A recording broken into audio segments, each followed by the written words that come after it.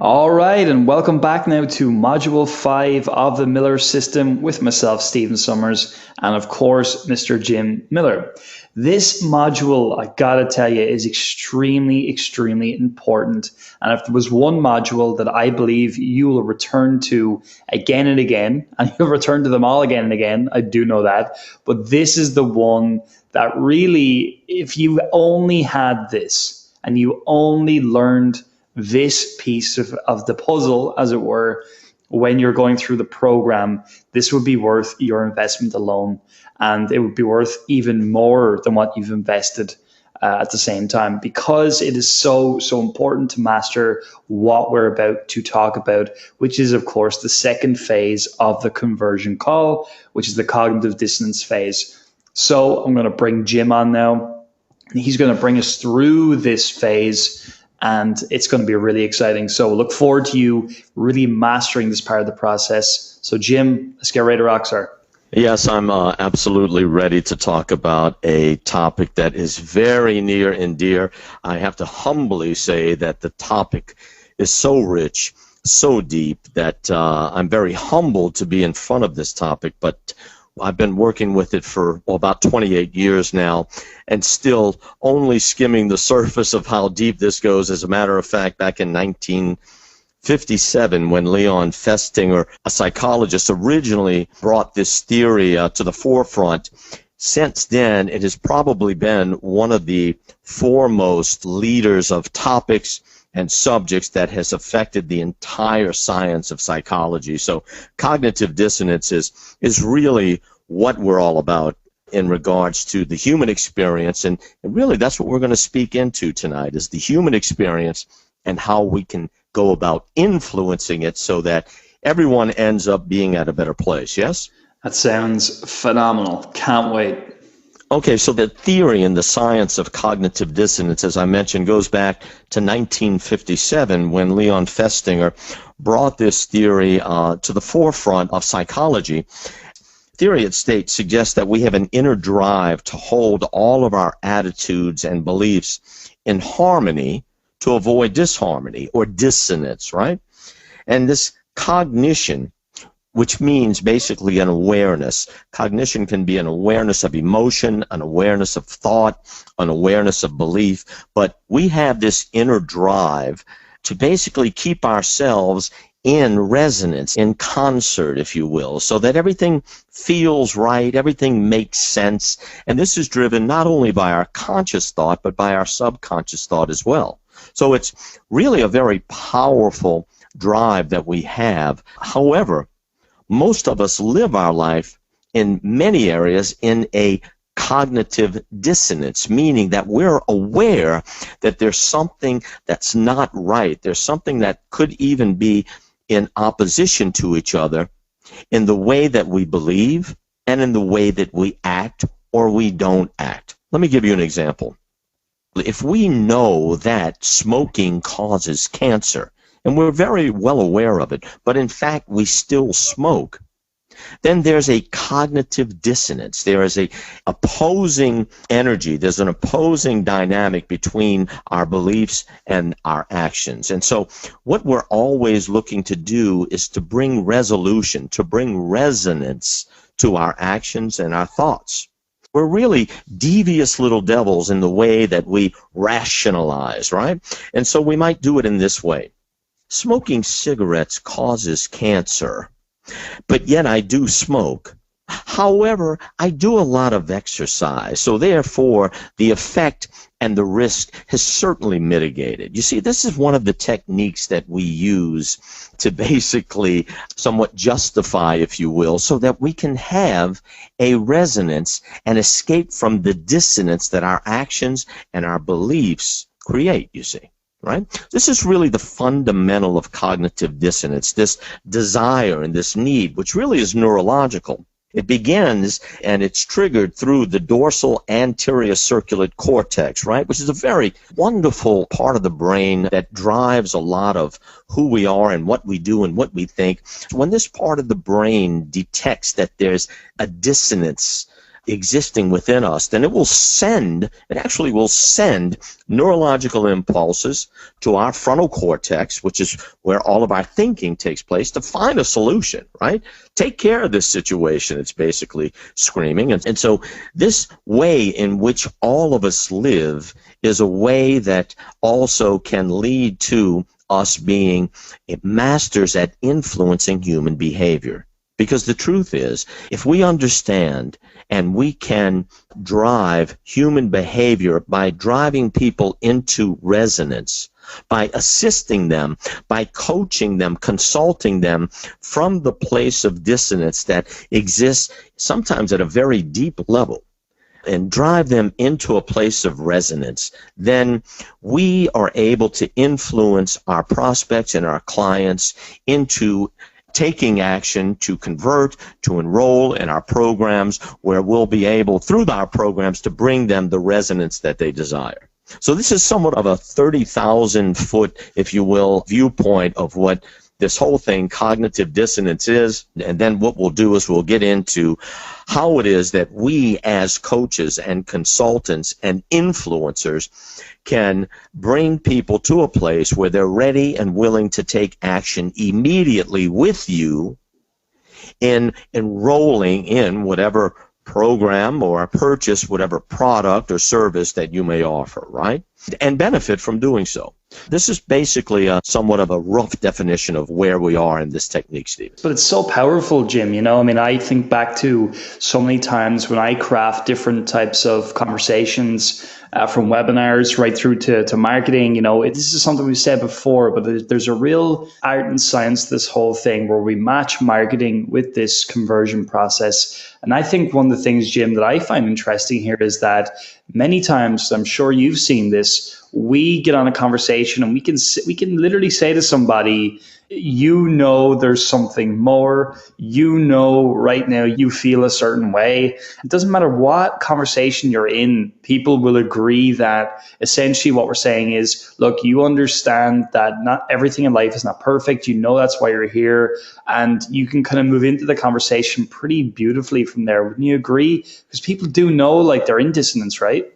Oh, yes, people do realize that. As a matter of fact, that's why they come to us. They're seekers, as I mentioned in the earlier module. They're seekers. Not only are they seeking information or expertise or technique, but what they're seeking also is fulfillment. They're seeking someone or something, some scribe or guru who can bring them to a place where they actually have fulfillment in their lives, right? When you think about it, we all have desires to go back, and if we could, to do the past differently.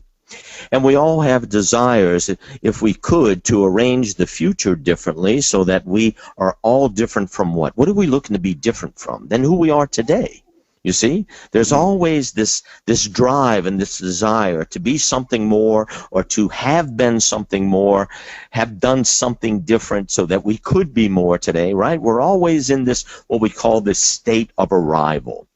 And so we're seeking. How is it? Because no one's really fulfilled, right? You can always find a place in an individual where they're seeking fulfillment. Yeah, and it's so interesting as well. You brought up that example of the smoker. Also, the other kind of similar example, I would imagine, is the person who is overweight and is in a situation where they know, like a smoker knows, because it says on the packet, this thing is not good for you. This is going to kill you.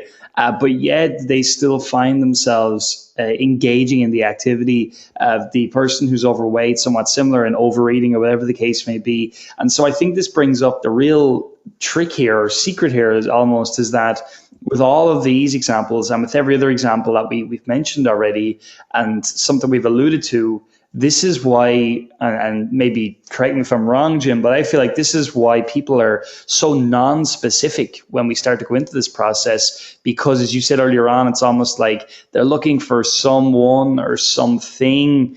It's not specific. I'm looking for this thing. I'm looking for this type of person. So sometimes we have to, we've got the opportunity to create that specificity. Would that be about right? Absolutely. One of the things that is a skill set that we have the opportunity to develop as coaches and consultants, and there's truly an extraordinary payoff to it, is the ability, number one, to hold ourselves to specificity and alacrity, meaning that we're able to state poignantly what it is that we seek in our own lives, and to do so with specificity. This is what I seek. I'm very clear about what it is that I want. And then to go into specificity, and here is my intention pathway, meaning not necessarily a goal, because I don't work with goals, and neither does today's coaching industry at a professional level anyway. Goals have been found to be actually counterproductive, but what we work with instead are intentions and goal intentions, meaning that there is an effort that brings us to that place from the first impulse. We start realizing the end from the very first movement, right? Because we're moving into it as opposed to moving towards it. So we're moving into it immediately. And so anyway, we want to be very specific in defining what is our intention pathway to the end result, the end intention. So specificity and alacrity is something that we're going to talk about in this module, because what this does, it's very interesting, because what specificity and alacrity actually manifest in an individual is emotion. The more specific that we arrive internally, meaning that we can think about it and feel it and actually internally visualize it or feel it, depending upon what modality that is prominent within you, the closer we can get to specificity, the more emotion arises from us, the more that we're able to manifest an energy from that motion and actually desire to take action, you see. It's extraordinary. It is, and I think that actually brings us up perfectly to discussing the first piece of the cognitive dissonance framework, which is, of course, the fantasy state. So, Jim, with your permission, I think now is a great time to jump into that first part of the process. So what we do in the whole process was, remember, when we went into the authority frame, we actually defined what the process was.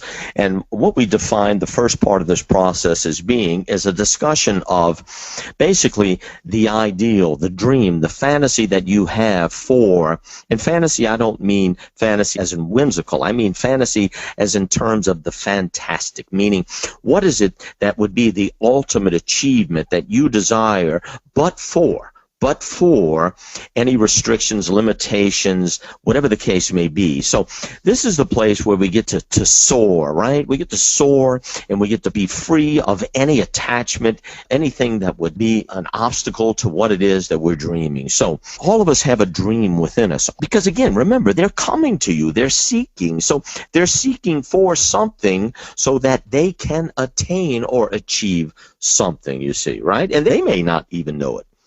Half the time that I ask my prospect or my client to very specifically describe to me what it is that the ideal state, the ideal place, the ideal person that they would like to be or achieve, and there's an extraordinary amount of difficulty in them defining it. So what we're looking to do initially here is to enter in what we call the fantasy state. And when I mean enter it, I don't mean enter it hypnotically or in a trance. I mean enter it through the dialogue, right? Remember, the dialogue, the conversation is the core of what we do. So we'll have this conversation basically, and I'll generally start out with a very broad question, such as, Stephen, if I were to ask you what would be the ideal place or person or situation or state or achievement that you see for yourself, what would that be? And what I'm looking for from that individual is to start going internal, to start driving them internal to go and get that answer for me. Go and get that answer for yourself, because it's there. It's somewhere inside of you, right? Go retrieve it. It's a retrieval process that we're looking to initiate. And it's our focus, because if we're not effective in getting and driving our prospect or our client internal, then the whole state doesn't work because they never enter into this part of the conversation, the discussion. So it's very important for me to find a way to dislodge you, right? To open the gates, to open the door of the kitchen, as our friend Robert Bly would say, and get down in there and go and retrieve for me. What is it that would make you the happiest, that would give you the greatest fulfillment in your life?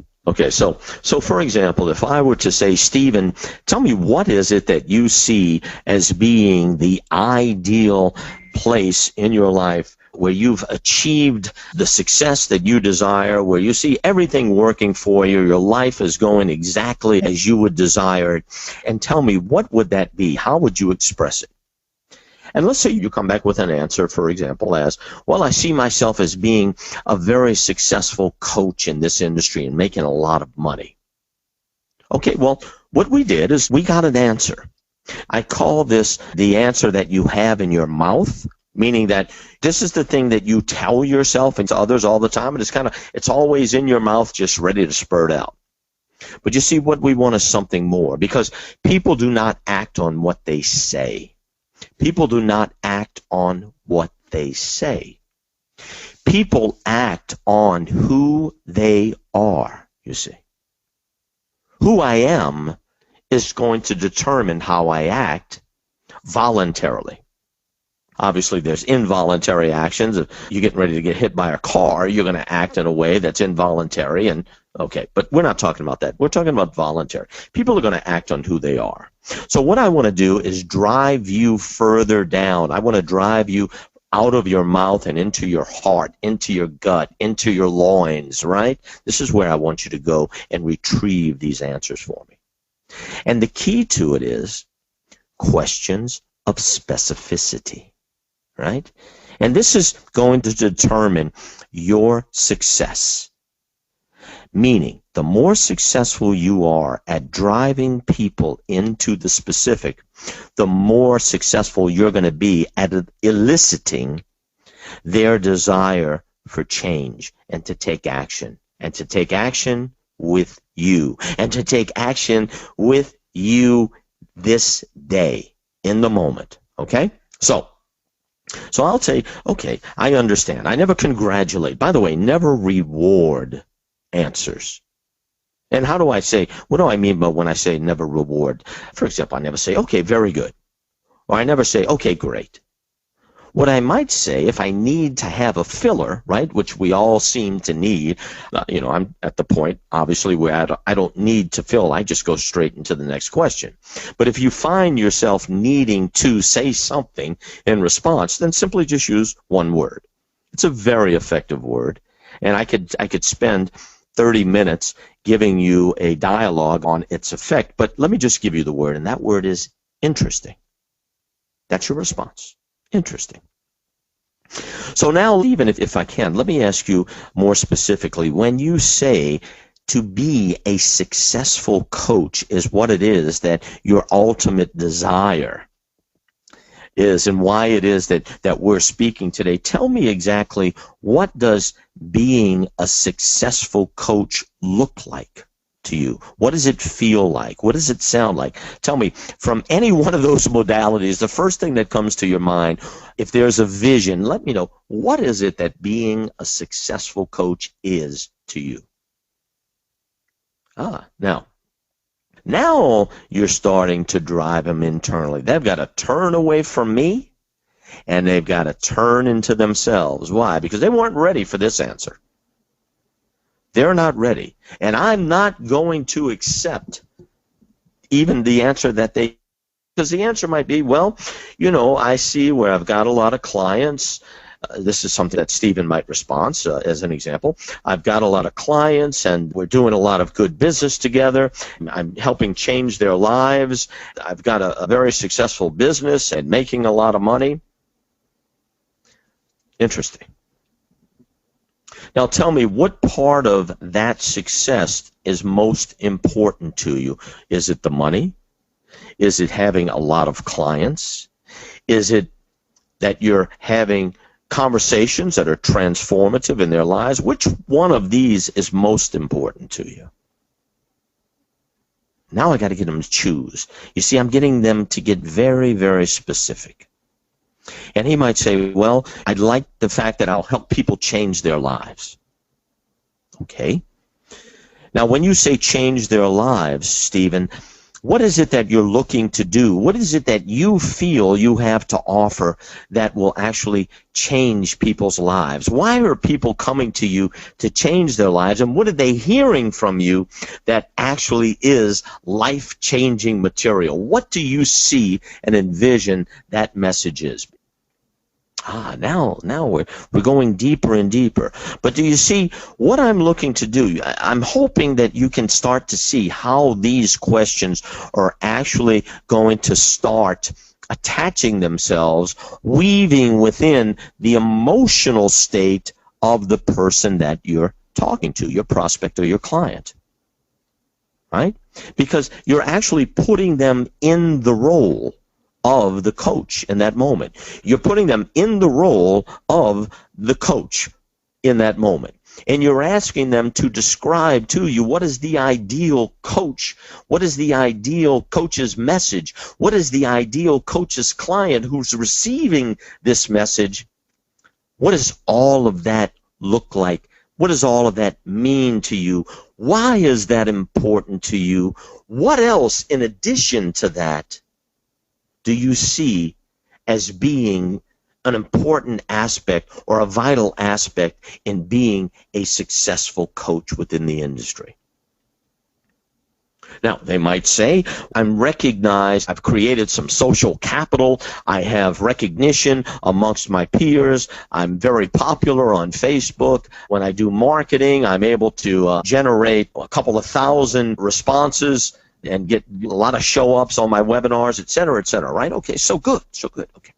Now, tell me, once you become this successful coach, once you become successful in transforming people's lives and you've got this recognition, now tell me, what does the capital flow look like? What does the whole monetary aspect look like? You said that you see yourself ideally making a lot of money.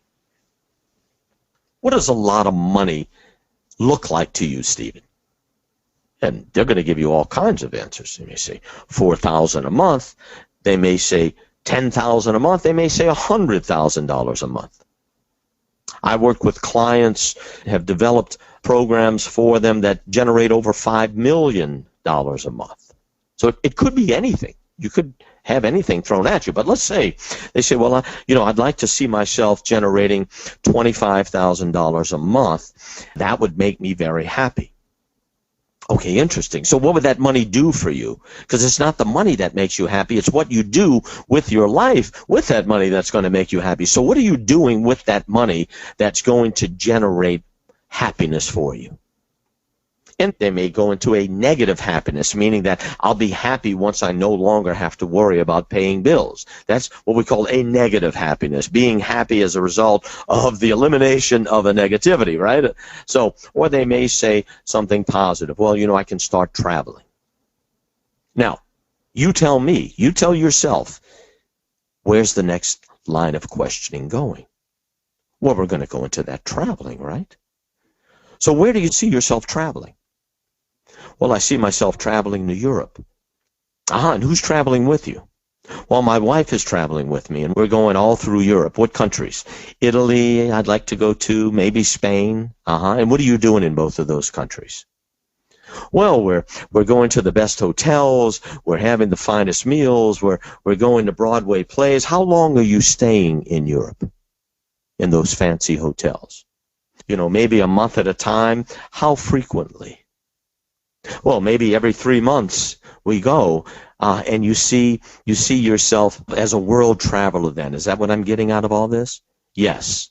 And this is a big desire that you've had, or that you have or you've had for many years, correct? Yes, it is. Okay, let me step out of this questioning now.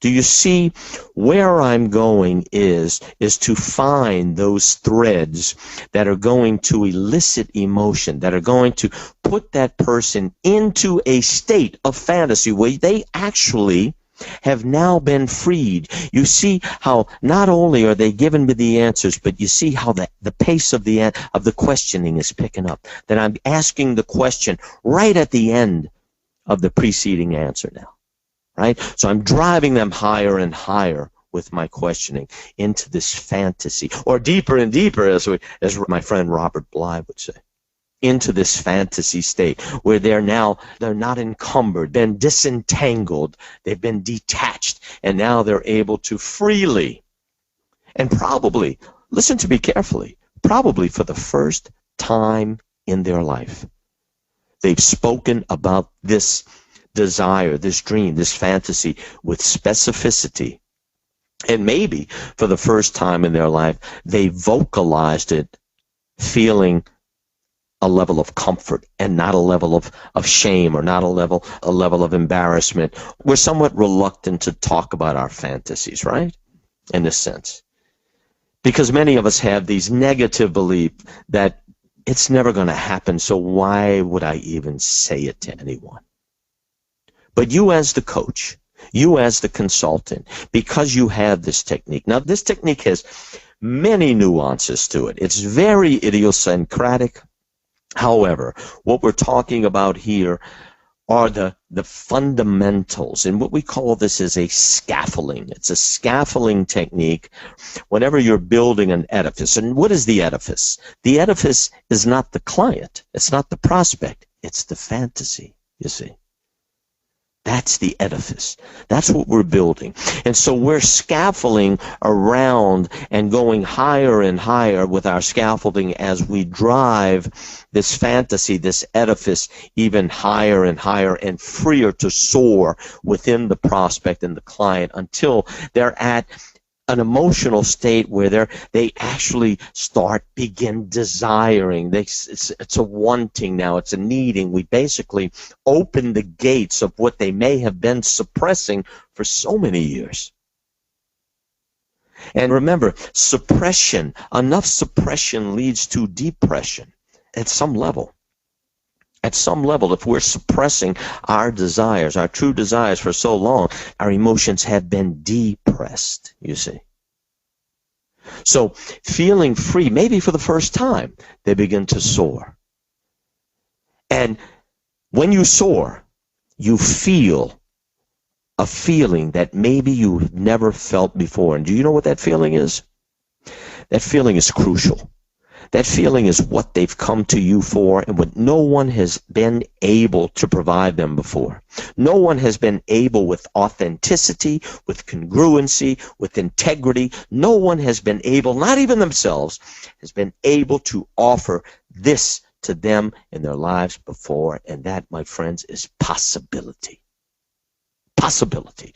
They start to feel that this is possible for the first time in my life because I'm free of my limitations, because I have an ally with me, a conversational ally with me now that has freed me. And all of a sudden, for the first time, I start to realize, wow, you know what? This is possible. It doesn't sound as crazy when I start verbalizing it. It doesn't sound as far off and as possible when I start verbalizing it through this technique that this other person, meaning you, has engaged me in. And you can hear it in their voice. You can hear them smile. You can hear them smiling as they're expressing this state, you see. And I have never met a person that is either unwilling and or unable to go through this process. Why? Because they're seekers. They are coming to you, seeking, help me find that within and that externally that can get me to a different place. So there's no longer any continued regretting, and there's no longer any further despair. You see? This is who you become. You become the axis. You become, as J. Abraham says, the source of preeminence because you are the one who holds the key to possibility. This is the fantasy state, Steve. Yeah, it's It's incredible, and I'm literally blown away every time you talk about it. But I think actually we've just got on recording one of the best versions of that talk that you've done. So this is just phenomenal. And within that, Jim, one of the things I wanted to ask you was, we're bringing them up to the fantasy state. They're being where they want to be. Is there ever a case, though, because they're still limited in their beliefs, in the boundaries of their beliefs, that at the back of their mind they're going to concern themselves with how do I do this though? But like, how do I actually do it? And as a result of that, that would impair their answers. And if so, how do we deal with that? You will always find individuals that will want to stay in the how-to state, which is always, again, one of the attachments. It's a shackle, it's a chain that shackles us, right? It never allows us, no matter how hard we tug at it, no matter how hard, all it does is just tear into our flesh to the point where we have to give in and just lay there in life, right? And this unresolved and this unrealized desires that we have. This is the how-to of the but-for, right? The how-to. So how do I do it? How can I possibly be a world traveler when I've never even traveled out of my state? How is it that I can possibly take my wife on vacations when I barely have enough money to pay the rent and make means, right? So, this how-to state, you will have people that will want to stay in the how-to state of mind and not allow this process of entering into and achieving the fantasy state. And there are techniques and strategies that we use to extract them from that. Again, this is part of the nuances. This is part of the many different aspects of mastering this technique that are available, but I just don't have time within this module. But let me explain one of them, and that is basically just direct confrontation. If I feel that one of my clients or prospects is not willing to let go, meaning that I sense there's no emotional change, that they're remaining stoic, or even worse, they're remaining negative, or even worse, they're remaining depressed, right? Because I've had all of them. Then I'll just flat out stop the questioning and I'll confront them and I'll say, listen, Stephen, in order for you and I to get any progress and any results from this, you are going to find a way with me to let go of your filters, your critical filters of disbelief, your critical filters of non-trusting, and your critical filters of not now. You see, these are all critical filters that many of us live with. We live with these critical filters up, right? It's like, I don't trust anyone can get me to where I need to be. I don't trust anyone is going to teach me strategies that are going to enable me to transform my business and transform my own lives. I get this all the time. I don't believe that you are going to be able to help me overcome my failings in being able to consistently do effective business or to achieve success because of my fear of success. I just don't believe it. I don't trust it. And at some levels, Stephen, they don't want it. They don't want to enter into success. So I question them. Which one is it? Why is it that you are unable to enter into a description of specificity about what it is you believe? Tell me, what is it? Do you not believe that it's possible? Do you mistrust yourself or me or the opportunity? Tell me, what is it? What is it that's holding you in chains and in shackles so that you can't even do a simulated, an unrealistic discussion of what it is that you desire? Why are you on this phone call with me? What are you seeking? Because you are a seeker. And seekers have an object of their desire that they're seeking. So share with me, what is it? And you see, basically, it's a technique of punching them right in the face. You punch them right in the face, right?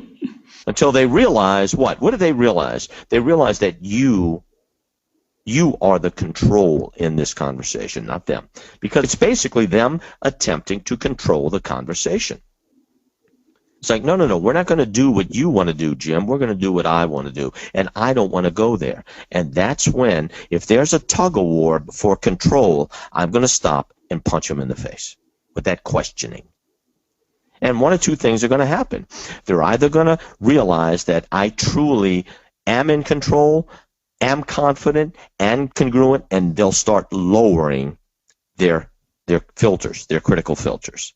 They'll go along. 9 out of 10 will. And the 10th one, basically just send him on his way. Listen, I'd love to be able to help you, but I don't think that there's much that I can do at this point until you're ready. When you are, give me a call back, and I'll be happy to have this conversation. Yeah, that's exactly right. And actually, I think as well, from my experience, Jim, I'm sure you're similar to this, obviously, as you taught me a lot of these techniques, if not all of them. When it comes to the filtering process, I see that we get a good indication of a person when we're in the filtering, because we ask certain questions, and generally I can see a correlation between if somebody who gives scant detail in their answers, and when you get them on the call, you can expect scant detail on the call at the same time. And not always, but that is one way of kind of pre-planning for this kind of thing. Do you ever see that yourself? Correct.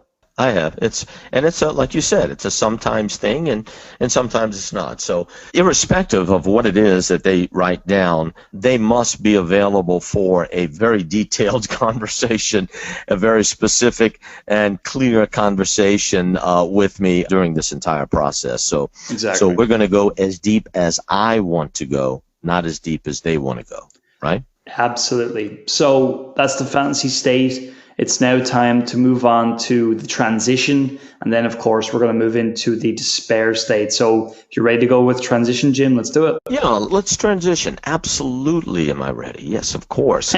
So let's transition now. And by the way, some people ask me, well, Jim, how long do you keep people in the fantasy state? Or how long is that whole technique of creating that state within an individual? And generally, for me, it's about, it could be a 10 to 15-minute conversation. It could be 10 to 15 minutes, right? That's a long time to actually have someone create a story, right? So what are they doing? They're creating a story. Or they're retrieving a story that they already have created, right? That's down within the bowels of their soul, right? So we have them retrieve and then enunciate that story to us. So now we're ready to transition. So I might say something like, Steve, that's a very interesting description that you have of the ideal place and the ideal person that you like to reach and be in life. Just out of curiosity, number one, do you believe that this is possible in your life? And they're going to tell me one of two things. They're going to say yes or no, or well, they may say maybe, or they may say nothing. So that's 4 options, right? Yes, no, maybe, or nothing. So I'll ask them, Stephen, do you believe that this is possible in your life? And let's say they go with not so positive. Let's say, well, I believe it's possible, but it's been very difficult. It hasn't been possible for me. Okay? So now what we're starting to do, we're starting to cross the chasm. We're starting to cross the chasm. And what is the chasm? The chasm is the place between the fantasy and what we call the despair state, meaning, you see, and so there's these two realities, this duality that exists within us, right? What we desire to be and what we perceive as being that which holds us back, and as a result, what do we act into as human beings mostly? We act into that which holds us back, or precludes us, or does not allow us, impedes us, does not allow us in some kind of way or in any way of actually achieving the fantasy state, or even some semblance of the fantasy state. So I would ask you, do you believe this is possible, Stephen? And you might say, well, it's possible, but however, it's been very difficult for me, Jim, and that's why I'm coming to you to see, what it is that I might learn from you or your program might offer to help me get to this place, right? Again, I'll never congratulate, right? Because coaches don't congratulate. You never congratulate as a coach, right? You acknowledge, but you never congratulate. And I'll tell you why. And that's a whole different study, by the way. That's a whole different module.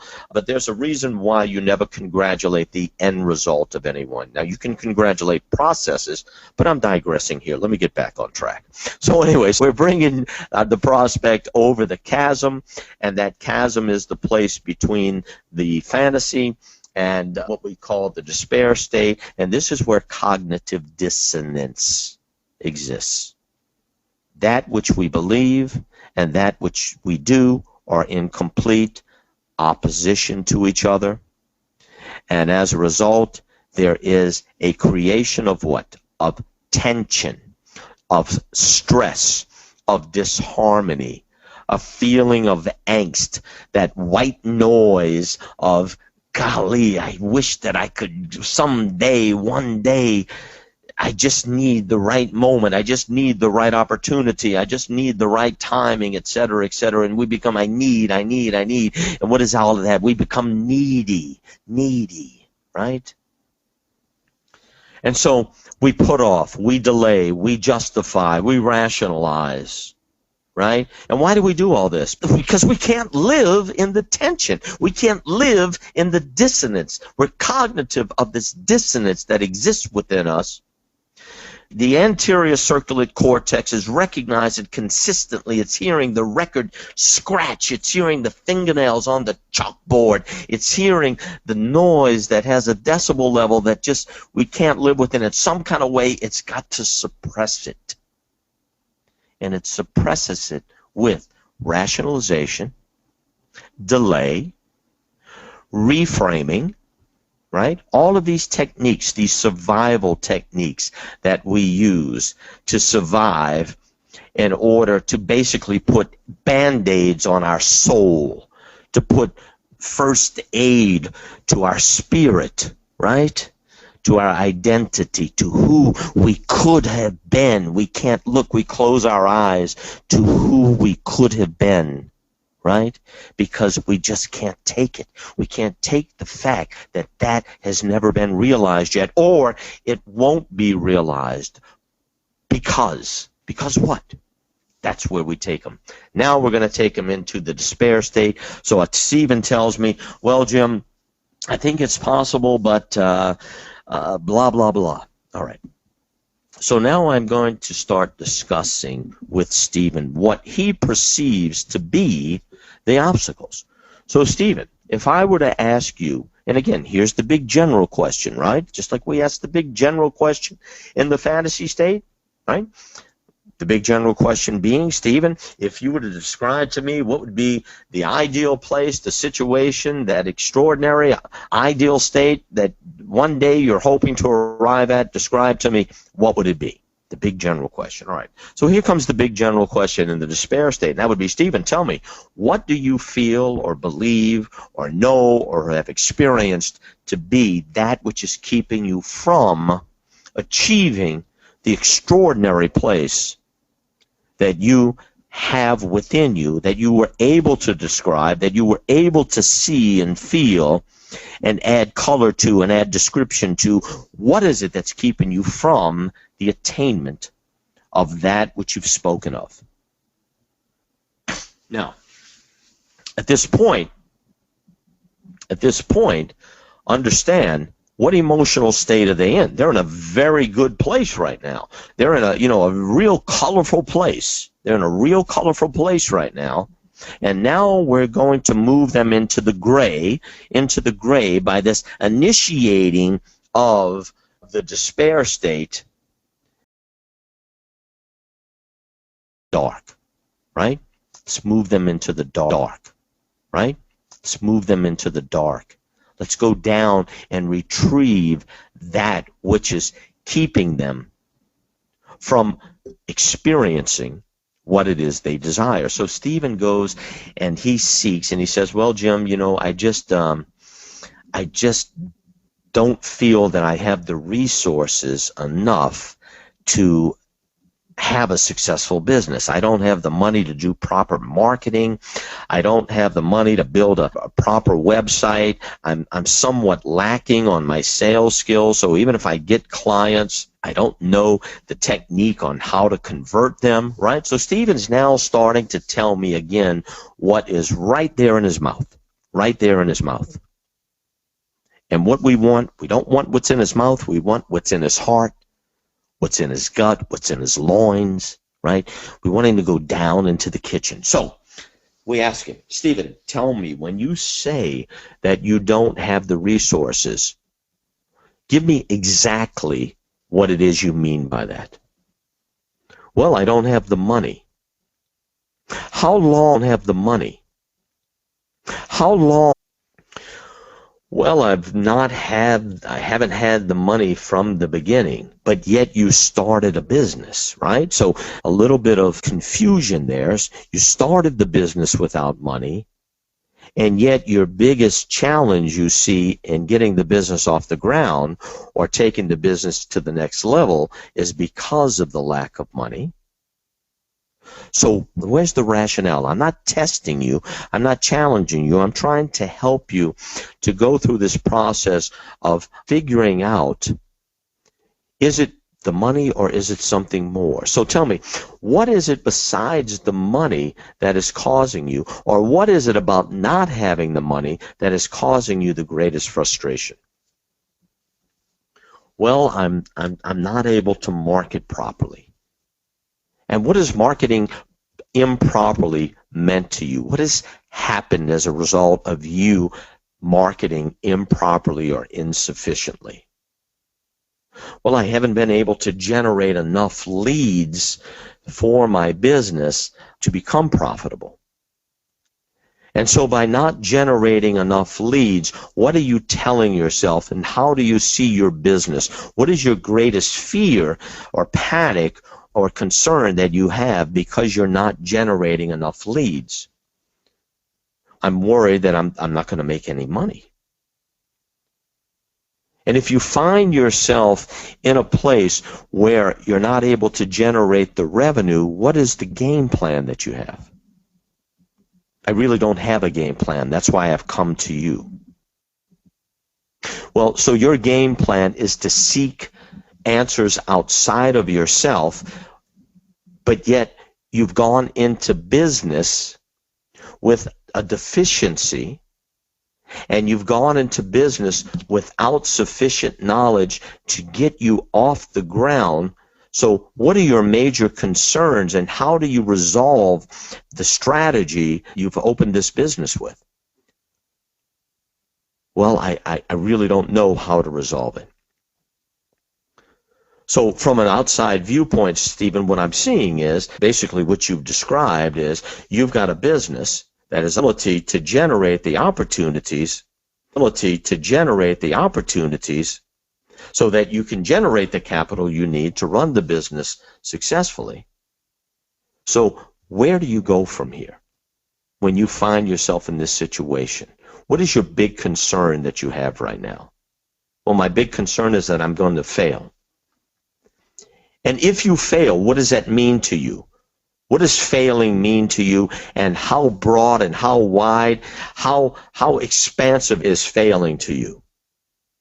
Well, I don't know what you mean, Jim. What do you mean? Well, are there people who you failing would be let down? Are there people who in you failing would find an opportunity to ridicule or embarrass you? Are there people in your failing that would be economically affected? How broad and how wide is failing to you?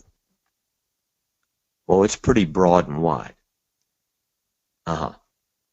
And so your feeling at this point is what? Your feeling is a sense of fear and urgency, or your feeling is a sense of, I'm complacent and I'm a little concerned, but I'm not quite sure if I'm at the point of failure yet.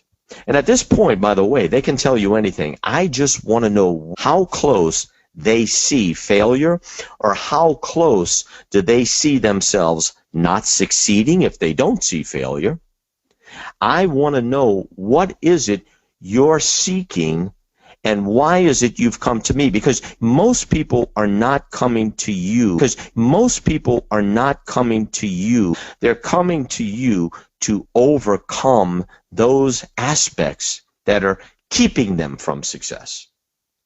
Whether it be a lack of knowledge, a lack of skill, a lack of experience, a lack of ideas, of resources, whatever it is. Most people are seeking in a getaway, a moving away from mode as opposed to a moving towards mode. Most people that are coming to coaches, that are coming to consultants, are coming to us because there is a deficiency. They're seeking something more that will give them leverage to the attainment of success. You see? So, once I've driven them into a conversation where we're getting very clear and very specific about the beliefs, about the negative experiences, about their perceived lack of qualities within themselves, such as the inability to persist, the inability to be consistent, the inability to take risk, the inability to be fearless, the inability to achieve success. There's a number of inadequacies, inabilities that they come to me with and that they'll come to you with. Once we get them to become very specific conversationally and to become very clear conversationally about what it is that's keeping them from the other side of that chasm, now they're into a completely different energy. And that energy is an energy of tension, of stress, of despair, of discomfort, and there's a need for resolution. There's a need for resolution. They've been stripped bare of their coping mechanisms. They've been stripped bare of their strategies of suppression. They've been stripped bare of their techniques of delay. The conversation strips them bare. Do you see this? Do you understand this? So that there is now a profound degree, a profound level of cognitive dissonance that must be resolved, and it must be resolved now. And now we're ready to move into conversation, Steve. Yeah, exactly, Jim. And again, this module is just, I'm still taking notes on this topic, as you mentioned, Jim. It's something that it takes time to master. And when you do master it, even at not at the level that you're at, but even at a somewhat adequate level, the changes in your process are just incredible, mind-blowing.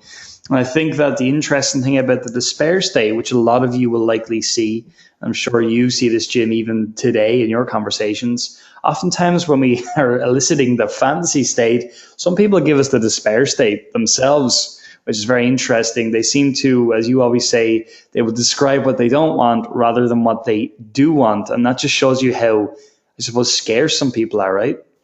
Well, we're twisted, Stephen. We're twisted because we seek happiness through escape as opposed to achievement and attainment, you see. You can frame it this way. What I'm looking to escape, Stephen, is the pain and the discomfort and the embarrassment and the stress that I have for being out of shape. So I'm looking to escape this, being out of shape. So I'm looking to escape this, the fantasy state. They'll use the languaging of escape, of moving away from. And so immediately I stop them, I interrupt. And you must, by the way, you must become very proficient at interrupting. Okay? That's a whole other discussion, another technique that we teach in different modules. But we must hold clients specifically to what it is that we're asking of them and to have them frame it in the way that is specific to either one of the states that we're in, either in the fantasy state or the despair state. You see, you can easily reframe what it is that I just said as an attainment of. So as opposed to what I'm looking to do is, get out of this state of bad nutrition, of being overweight, etc., you can reframe it by saying what I'm looking to achieve is a state of proper fitness, a healthy diet, extraordinary energy, looking and feeling fantastic about my appearance. There's a reframing. I just said the same thing, but reframed it in a way that is a positive state of attainment and achievement as opposed to one of moving away, right? Exactly. Yeah. And I think just one other thing I believe is important to mention here, Jim, something you taught me early on in those days that was very transformative, is this idea of when are people most open to taking quote unquote risk? People are most desiring of taking risk, and this is psychologically. When you read, by the way, when you study negotiations, you'll find that there's varying states where people are most likely to actually take action. And people are more willing to take risk when they perceive loss. They're more willing to take a risk meaning to act into uncertainty, right? Because that's really what we're asking people to do when we're asking them to buy our product or our servicing. We're asking them to move into uncertainty. And there's always risk that's involved. But people are much more willing, 10 times more willing and ready and able to move into a place of risk when they perceive that there's those books that are written have things completely opposite. Why the sales industry and the sales books that are written have things completely opposite, because what they'll teach is to provide and try to create a state of emotion where the people want what you have, and as a result, the more you pitch your product and the more fantastic it sounds, and the greater the feature and the fantastic it sounds, and the greater the feature and the move into purchasing your product. And the truth is that you're creating a situation where people will be less inclined to move into an investment into your product and services when you try to create the state of gain. You see, people will move more readily when they perceive loss than they will the state of gain. That's huge. So I just wanted to bring that in there because I believe that really ties beautifully on, well, I don't want to say beautifully into the despair state, but you understand what I mean. It ties on very appropriately, maybe I should have said. So right. Yeah, so with all that said, Jim, you were about to move into the final step. Let's do that and let's wrap up this module, because this is a very dense module with phenomenal material. And I'm just so excited for everybody listening to apply this, because when you do, you're going to see magic in your business. Yeah, so when you have your prospect very clearly enunciating with specificity those beliefs, those limitations, those negative experiences, those fears, when they're expressing this, and they're actually, now the expression has taken the form of an emotive expression, meaning that you can feel a significant degree of individuals that when you bring them into this state, there's actually tears. There's truly a despair, because it's not so much that you're manipulating as it is you're stripping them of their defenses of what is either a reality or a perceived reality that's keeping them in all of their lives and will continue to keep them from what it is they truly desire to do with their lives, you see.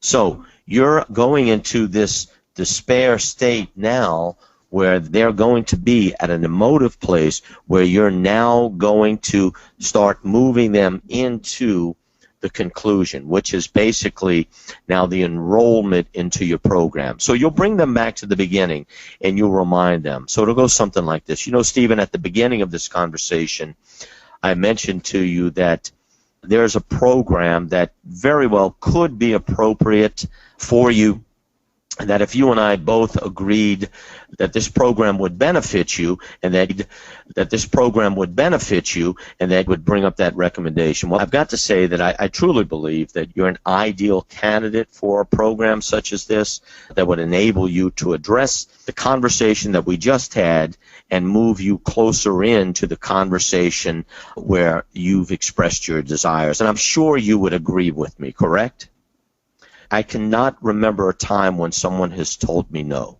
I've always gotten agreement at this. I've always gotten agreement at the agree. And then I will say, interesting, or I will say, all right, well then let's move into a brief description of the program so that you can determine if what I'm saying, what I'm feeling is clear and you agree with it. You see benefits that might certainly appeal to you and work within your own life. So let me begin with a brief description. It's really very simple. And all of my clients who have been in your situation or similar to your situation have found this program, once they've gone through it, to be extraordinarily significant in getting beyond those limiting beliefs and those experiences, those things that are obstructions to them realizing their success and getting them on their way to realizing their dreams and into prosperity. So I don't see why you would be any different. So let me begin and go through three aspects of the program that I believe are the three highlights, and then from there we can talk about the time engagement, and then from there, if all of this looks like it might work for both of us, then we can talk about the economics that are involved. Fair enough? And that, my friend, is going to be a reveal. You're going to reveal, that's your close. Everything from here is going to be a reveal. You're going to reveal the program. You're going to reveal the timing of the program or the time commitment to the program. And you're going to reveal the economics. But you've already closed the deal just now. Now, in the end, you might say, well, Jim, what happens when I give them the price and they give me an objection? Well, first of all, there are no objections. And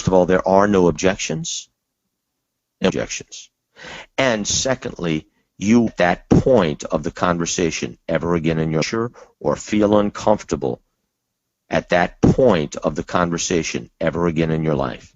And you will convert. You will convert at levels that the industry has not seen. That's been my experience and the experience of my clients. We'll discuss all this in the next module, of course. That's phenomenal, Jim. And I can just back up exactly what you've just said and say, since I began using this methodology, as I've said a number of times, and I'll say it again, the close rate that we experienced in one of our companies is certainly at the 80% mark of the qualified prospects that are coming through the filtering process, which of course I'm going to bring you through within this program. So this is the thing that works. This is what's working in the 21st century. This isn't an outdated methodology like so much other stuff out there.